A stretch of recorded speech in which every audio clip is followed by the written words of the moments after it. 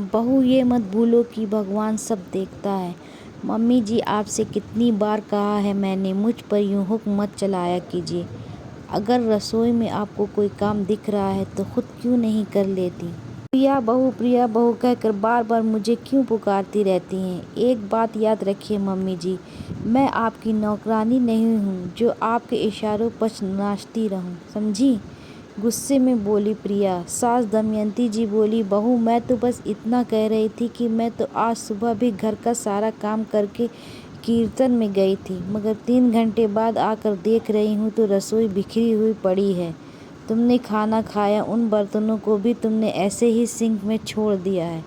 तुम सुबह सोकर ही 10 बजे उठती हो, उसके पहले मैं नाश्ता बना देती हूँ, दाल चावल बना देती हूँ, सब्ज़ी काट देती हूँ, आटा भी गूँध देती हूँ। तुम सिर्फ उठकर अपने लिए चाय बनाती हो।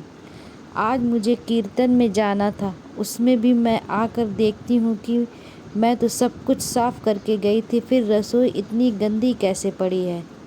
बस यही कहने तुम्हें आवाज़ दी, मगर उल्टा तुम मुझ पर ही भड़क रही हो।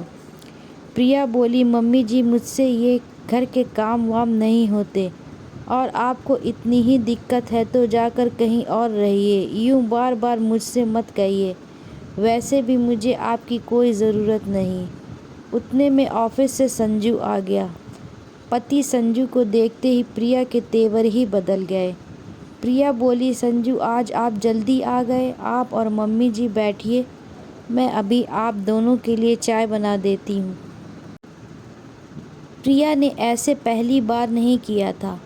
वो पति संजू के सामने यही दिखाती कि वही घर का सारा काम करती है।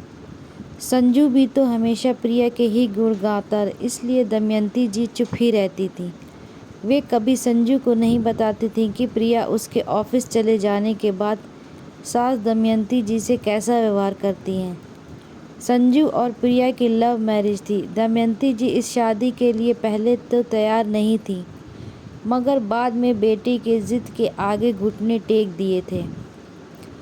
उन्होंने संजू ने प्रिया से पहले ही कह दिया था कि उसकी माँ को एक संस्कारी बहू चाहिए, इसलिए प्रिया ने भी शुरुआती दिनों में तो खूब संस्कारी होने का दिखावा किया, मगर वह कहते हैं ना, कुत्ते की पूँछ हमेशा टेढ़ी ही होती है।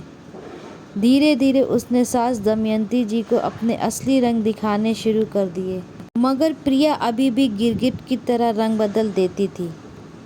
पति संजू माँ की बहुत इज्जत करता था, ये बात प्रिया भली भांति जानती थी, इसलिए संजू के सामने यही बताती कि वह घर और सासू माँ का खूब अच्छे से ध्यान रखती है।